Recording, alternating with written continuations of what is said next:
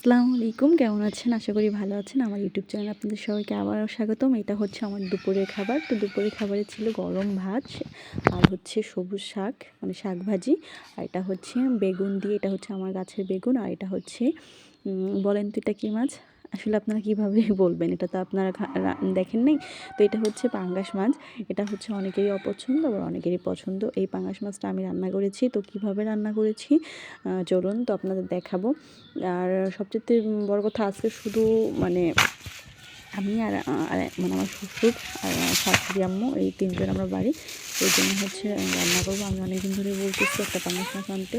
আমাদের বাড়ি এরকম সচরাচর পাঙাশ মাছ আনে না। তো আমার শ্বশুর বাজার থেকে অনেক বড় একটা মাছ এনেছে, এটা আমিই কাটবো।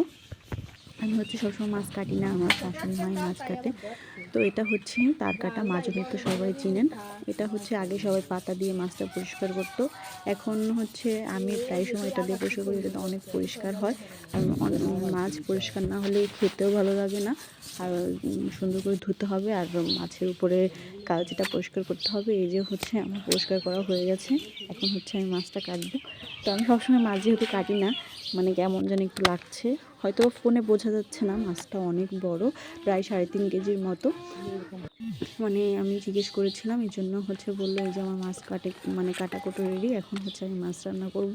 তো কী দিয়ে রান্না করব? আমি বলেছিলাম আমাদের গাছে অনেক বেগুন ধরেছে, সেখান থেকে বেগুন তুলে রান্না করব। তো এখানে হচ্ছে আমি গাছ থেকে বেগুন নিয়ে এসেছি। বেগুনগুলো হচ্ছে বেশি মানে একদম কচি, বেশি বড় হয়নি। এটা গাছে থাকলে আরও বড় হতো। এই জন্য আমি মাঝখান থেকে ফালি করে নিই, এমনি ডোম ডোম করে কেটে রেখেছি। আর এখানে হচ্ছে আমি সব কিছু বেটে নিয়েছি।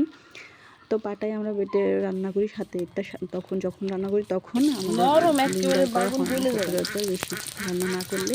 এখানে হচ্ছে তেল গরম করে পেঁয়াজগুলো কুচি করে আমি হচ্ছে লাল লাল করে একটু ভেজে নেব।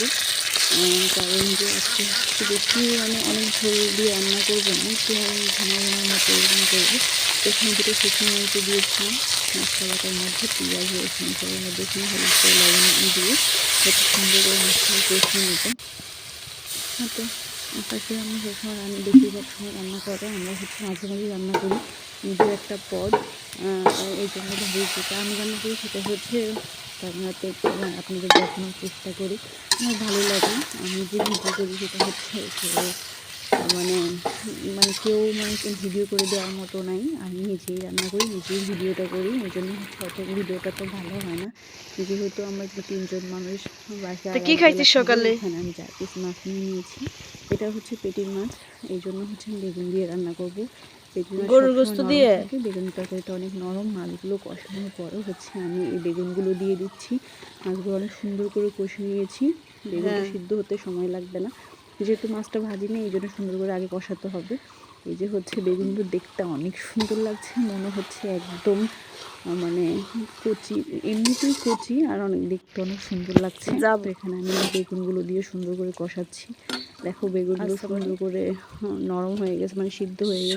শোন একটা কথা জিজ্ঞেস হালকা করব। পরিমাণে একটু ঝোলের পানি দিয়ে দিব, কারণ যে একেবারে এত শুকনো শুকনো থাকলেও খাওয়া যাবে না। কারণ যে বেশি ঝোল রাখলেও ভালো লাগবে না। এই জন্যই ভাবে আমি একটু পানি দিয়ে দিলাম। তো মাছটায় হচ্ছে প্রচুর তেল, কাটতে গিয়ে ধুতে গিয়ে আমার হাত একদম তেলে ভরে গেছিলো। এখন তরকারি তো অনেক তেল ভাসছে, আসলে এইসবের বেশি তেল খাওয়াও ঠিক না।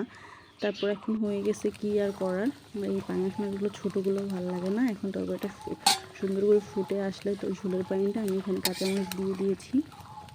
তারপর কাঁচামরিচ দেওয়ার পর হচ্ছে আমি এখানে দুইটাই মানে অল্প পরিমাণে একটু এলাচ বেটে নিয়েছিলাম, যাতে মানে মাছে কোনো গন্ধ না হয়। তো এই যে আমার রান্নাটা প্রায় হয়েই গেছে। তোমরা কে কে পাঙাশ মাছ খেতে ভালোবাসো কমেন্টে জানিও, আর আমার চ্যানেলটাকে প্লিজ সাবস্ক্রাইব করে দিও।